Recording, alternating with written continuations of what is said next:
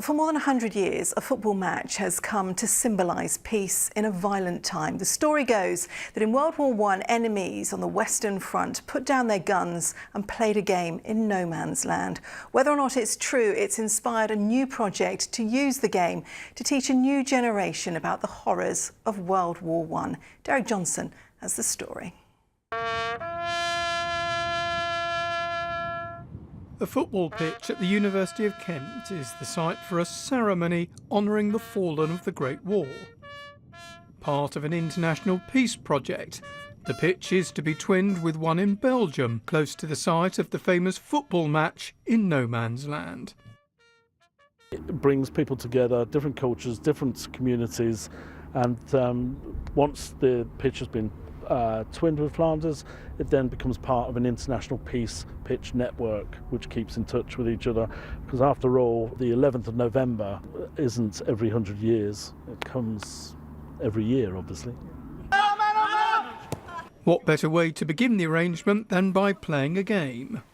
Many amateur and professional sportsmen were, of course, among the fallen, although this is about trying to use football to educate children about the horrors of the conflict. Anyone who's got any interest in football has an awareness of the legend of the game that took place between the two rival sort of warring nations in those harsh conditions that one Christmas. And the legend has obviously grown over the years, but it still remained. And I think, again, as I said, anyone who's played football can often sort of recall what it must have been like. But the joy of sport, the joy of football, just to bring peace for that sheer moment.